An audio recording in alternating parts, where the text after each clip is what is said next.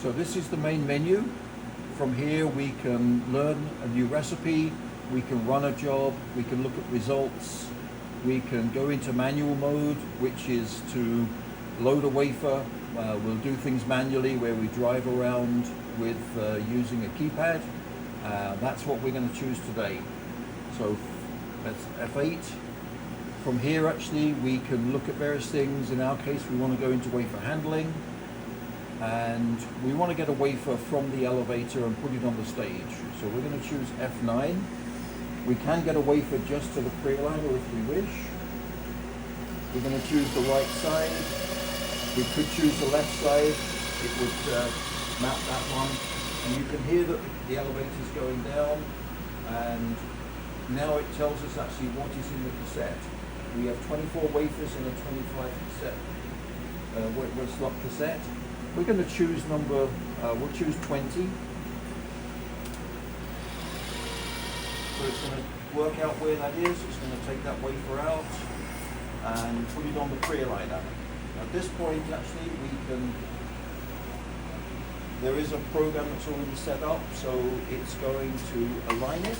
And what it does actually is it rotates it around, puts it across an array. We look for the eccentricity, and then we will then find out where the notch is. The transfer arm now is going to pick it up from the aligner. It's going to rotate it around and put it on the stage, and the stage will go back, and it'll now go to the center, and we can focus on it and do what we need to do. You can see here actually we've got a blank wafer. We can't focus on a blank wafer with this tool. We have to have some contrast. So what I'm going to do now is I'm going to put it back where I found it, and we can very quickly do that with a clear wafers, and I press F7.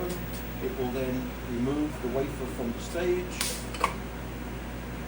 pick it up, place it on the aligner. From the aligner it gets picked up with what we call the linear arm, and then the linear arm will place it back in the slot that it came from. That is important actually. You don't want to put it into a different slot. Because we map the cassette, that we don't have the option of putting it into a different slot. We don't really want to do that, and we also can't put it into a slot that's already occupied. So at this point actually, if we hit F10, our elevator will come back up again, and that will finish the sequence of how we load a wafer manually from the cassette.